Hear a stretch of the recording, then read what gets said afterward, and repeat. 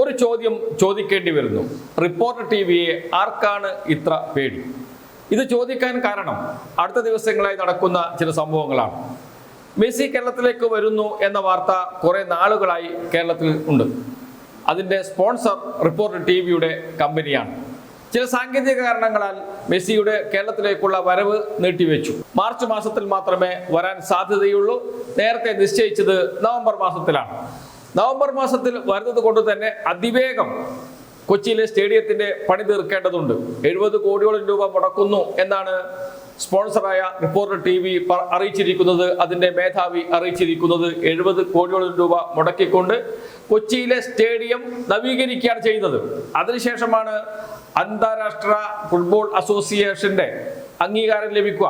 അതിനുവേണ്ടിയുള്ള ശ്രമങ്ങൾ നടത്തണമെങ്കിൽ തന്നെ ആദ്യം സ്റ്റേഡിയം പുതുക്കി പണിത് അന്താരാഷ്ട്ര മത്സരങ്ങൾ നടത്താൻ കഴിയുന്ന രീതിയിലേക്ക് അതിനെ ഉയർത്തണം.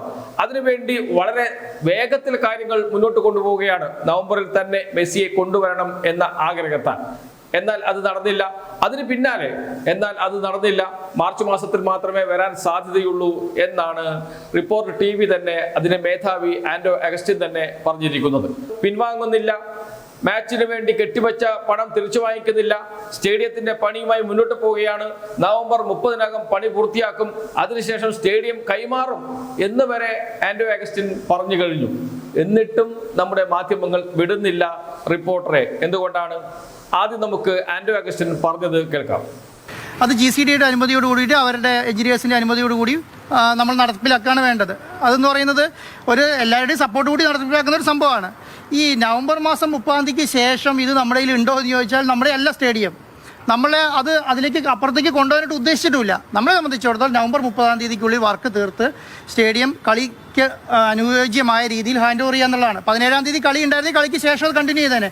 17-ാം തീയതിക്ക് ശേഷം കളി ഉണ്ടെങ്കിൽ ആ കളിക്ക് മുൻപ് ഈ വർക്കുകൾ മുഴുവൻ തീർത്ത് നമ്മൾ 17-ാം തീയതി കളി കളിച്ചതിന് ശേഷം നമ്മുടെ കളി കഴിഞ്ഞാൽ അവസാനം അവർക്ക് ഹാൻഡ് ഓവർ ചെയ്യാന്നുള്ളത് മാത്രമേ ഉള്ളൂ.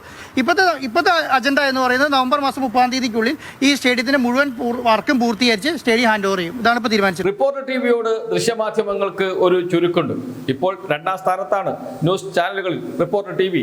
1ാം സ്ഥാനത്ത് ഏഷ്യാനെറ്റ്, 2ാം സ്ഥാനത്ത് റിപ്പോർട്ടർ, 3ാം സ്ഥാനത്ത് 24 ന്യൂസ്, മനോരമ, മാതൃഭൂമി. ഇങ്ങനെയാണ് താഴോട്ടുള്ള ഒരു ഘടന. എന്ന് വെച്ചാൽ 2ാം സ്ഥാനത്ത് എത്തി നിൽക്കുന്നു. അവിടെ നിന്ന് ചിലപ്പോൾ 1ാം സ്ഥാനത്തേക്ക് എത്തുന്നുണ്ട്. ഏഷ്യാനെറ്റിന് വെല്ലുവിളി ഉയർത്തുന്നുണ്ട്.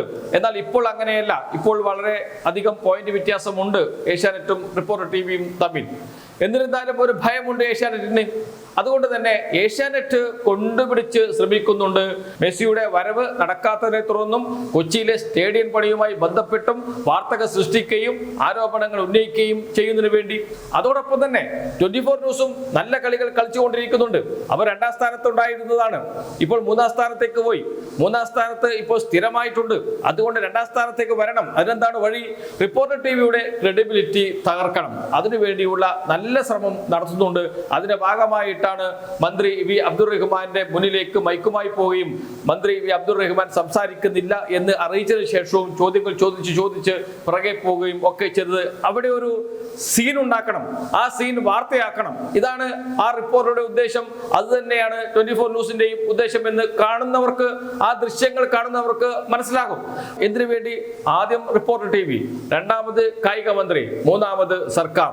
ഇതാണ് ലക്ഷ്യം. ഇതിനു വേണ്ടിയുള്ള ഒരു അരങ്ങൊരുക്കലാണ് നടന്നുകൊണ്ടിരിക്കുന്നത്. ഒരാൾ ഒരു നല്ല കാര്യം ചെയ്താൽ അത് നല്ലതാണെങ്കിൽ നല്ലത് എന്ന് പറയാനുള്ള വിശാലമായ മനസ്സ് നമ്മുടെ ന്യൂസ് ചാനലുകൾക്ക് ഇല്ല എന്ന് എല്ലാവർക്കും അറിയാം. ന്യൂസ് ചാനലിൽ പ്രവർത്തിച്ച എല്ലാവർക്കും അറിയാം. ഉദാഹരണത്തിന് ഒരു അവാർഡ് പ്രഖ്യാപിക്കുന്നു. ആ ചാനലിൽ ലഭിച്ച അവാർഡ് മാത്രമേ ആ ചാനൽ വാർത്തയാക്കൂ.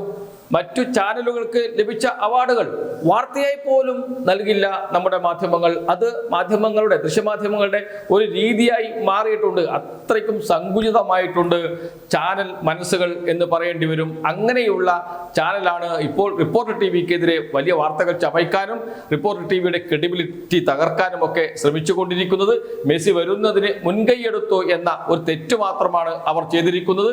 അതുകൊണ്ട് തന്നെ ചാനൽ മേധാവികളുടെ പഴയ കേസുകൾ ഒക്കെ കുത്തിപ്പൊക്കി കൊണ്ടുവന്ന് ചാനൽ തന്നെ ക്രെഡിബിൾ അല്ല, ചാനലിന്റെ മേധാവികൾക്ക് ക്രെഡിബിലിറ്റി ഇല്ല എന്ന് വരുത്തി തീർക്കാനാണ് ശ്രമിച്ചുകൊണ്ടിരിക്കുന്നത്. അങ്ങനെ ചാനൽ റേറ്റിംഗ് ഒന്ന് താഴോട്ട് എത്തിക്കണം, നമുക്കൊന്ന് മുകളിൽ കയറണം. അതല്ലെങ്കിൽ മുകളിൽ നിൽക്കുന്നവർക്ക് ഭീഷണിയായി എൻ്റെ തൊട്ട് താഴെ ഇവനുണ്ടാകാൻ പാടില്ല എന്നൊക്കെയുള്ള ചിന്തയാണ് ഈ വാർത്തകൾക്ക് പിറകിലെന്ന കാര്യത്തിൽ സംശയമില്ല. ഇത് ഒരു നെറികെട്ട നാണം കെട്ട കളിയാണ്.